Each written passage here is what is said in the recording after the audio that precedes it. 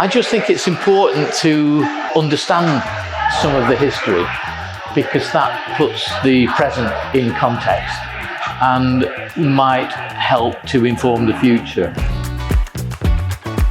I think it's making art that shows we exist and to capture the complexity of disability. What's important to me is getting to a state where I can be myself and be understood as myself.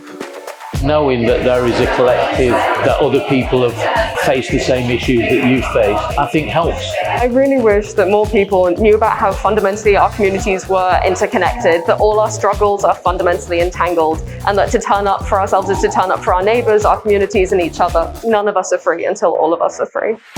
The barriers aren't necessarily within the individual, they're within the way that society's been constructed. I've been disabled for 20 years, and in order to fit into a really ableist world, I've been minimising my disabled experience in order to fit into spaces and to make other people comfortable.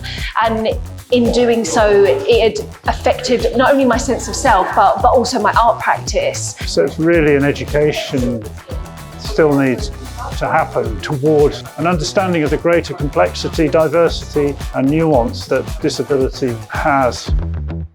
My message would be to look at the broader aspect of disability and art, and not just to see certain disabilities, but to see all disabilities, even invisible ones. I think learning, like yesterday, particularly about the history of disability art and how social justice, the rights movement can be brought into a space such as art. I really hope to see it in other sectors. I hope to see it in engineering, in science, dare I say medicine, everywhere else. When I'm around people who are committed to seeing a new world, that's when I have the most hope. So much of it is when we find people and ways to go across bridges, that's when I have the most hope. When I'm like, these people didn't know each other till they were in this room, in this Zoom room, this real room, and then once they leave, they can't imagine not knowing each other. The highlight for me is seeing something that's so intergenerational.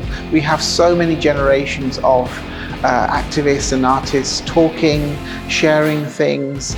I've certainly networked with people here which I'm going to try and stay in touch with. So that to that extent, it's going to be a very fertile experience. So I wanted to come, and I think knowledge is the way to sort of unlearn and unbuild. So that was my motivation for coming. Disability is creativity in surviving and in creating spaces for ourselves and community together.